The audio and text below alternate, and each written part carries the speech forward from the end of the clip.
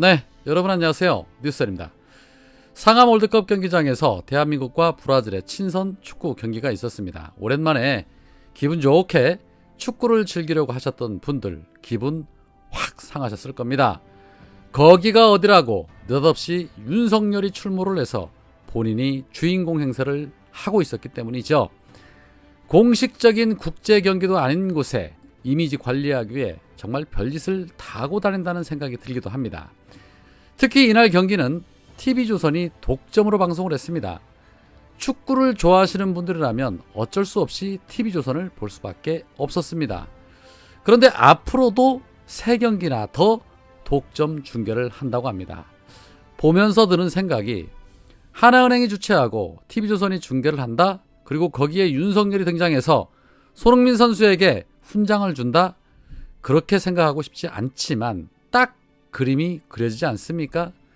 밀양 산불이 3일째 꺼지지 않고 있는데 바로 옆 부산에서 먹방이나 찍고 있지를 않나, 한가하게 축구나 보러 다니지를 않나, 그러면서 입으로는 조기 진화에 총력을 기울여 산불을 진압하랍니다.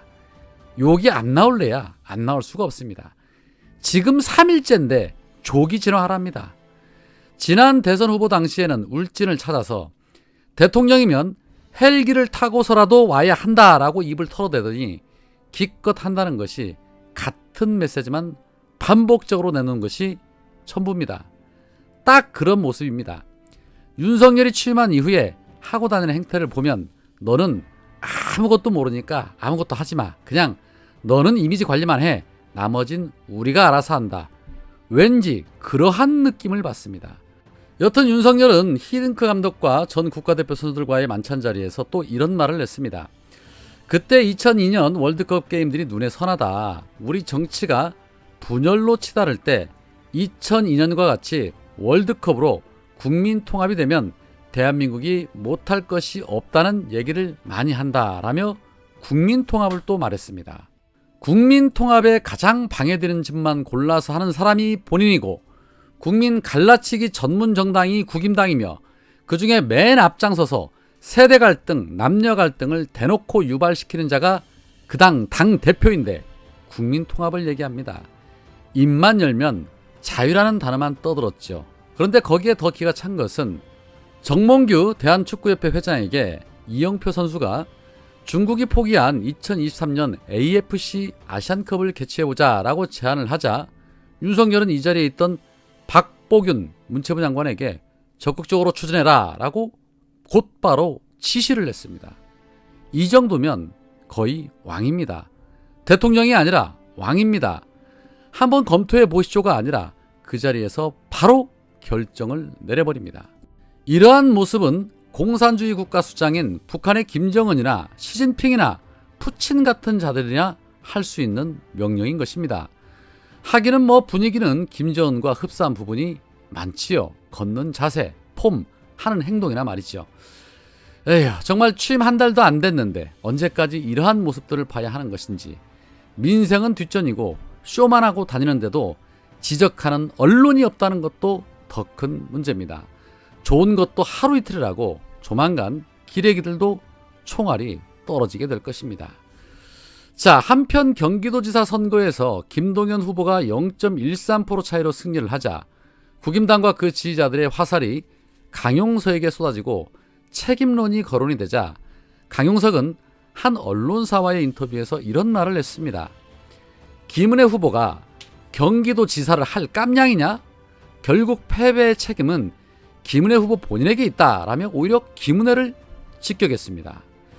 입은 비뚤어졌어도 말은 똑바로 할 줄 아는 때가 있기는 있습니다. 그리고 국임당이 분노해야 할 대상자는 사실 강용석이 아니라 유승민을 끌어내리고 아무런 정치 경험도 없는 김은혜를 공천한 국힘과 그 지지자들이 비판의 대상이 돼야지요. 경기도민이 그렇게 우습게 보였습니까? 경기도민들을 뭘로 보고 말입니다. 그리고 이왕 이렇게 된 거 강용석은 이준석 관련된 거 녹취록 다 까고 또 윤석열과 통화한 녹취록도 한번 다 까봅시다. 그리고 창당하시기 바랍니다. 가세연당으로 말이죠. 그러면 부독 한번 생각해 보겠습니다. 여튼 1%도 안 되는 투표율로 가지고 존재감은 허경영급인 듯 합니다. 참 재밌습니다.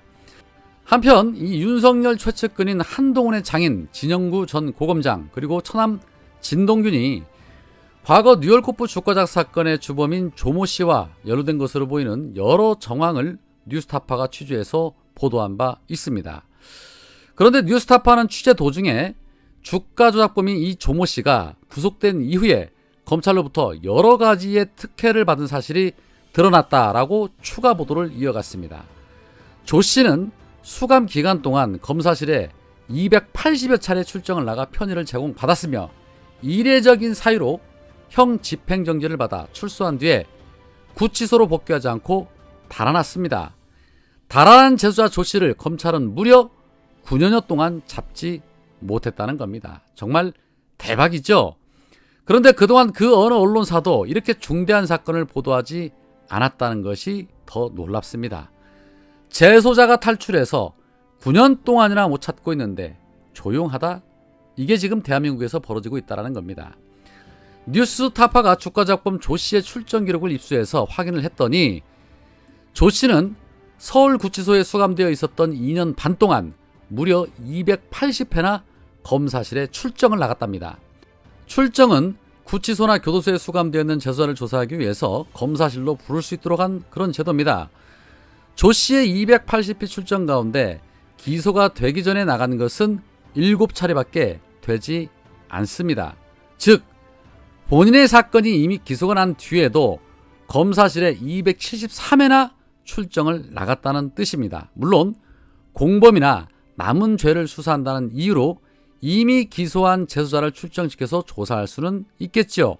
그러나 그런 경우라고 해도 1심 판결이 끝난 뒤까지 재소자를 계속 출정시키는 것은 납득하기 어렵습니다. 1심 판결이 난 뒤에 조 씨가 출정을 나간 횟수는 무려 217회입니다. 한눈에 봐도 조사가 목적이 아니라 편의 제공이 목적임을 알 수 있는 부분이죠. 이에 뉴스타파는 조 씨와 수감됐었던 재소자들을 수소문해서 조 씨가 검찰에게 수사 정보를 제공한다는 명목으로 검사실에 출정을 나가서 특혜를 받았다는 복수의 증언을 확보했다라고 밝혔습니다.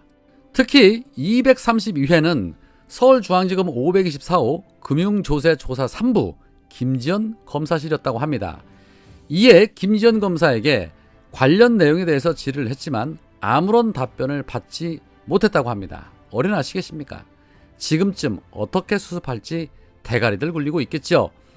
또한 수사검사가 윗선에 보고하지 않고 특정 재소자를 200회 넘게 출정시키는 것은 불가능한 일인데 당시에 금융조세 조사 3부의 부장검사는 지금은 국임당 국회의원이 된 유상범이었다고 합니다.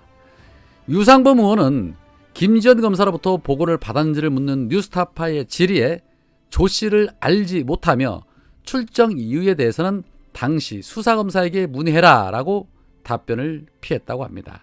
유상범과 한동훈 역시 그랬습니다. 딱 걸렸지요.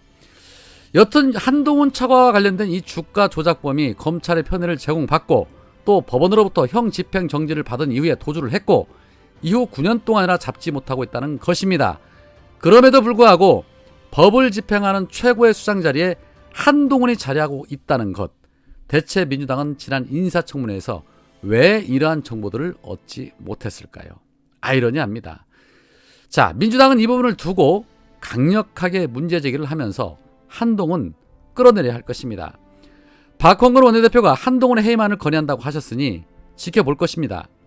완전히 확 달라진 민주당의 강한 모습 기대하고 있습니다. 이제 당분간 선거도 없는데 이제 선거 핑계 통하지 않습니다. 강한 민주당이 어떤 개혁을 하고 어떻게 견제를 하는지 지지자들은 지켜볼 것입니다. 오늘은 여기까지입니다. 고맙습니다.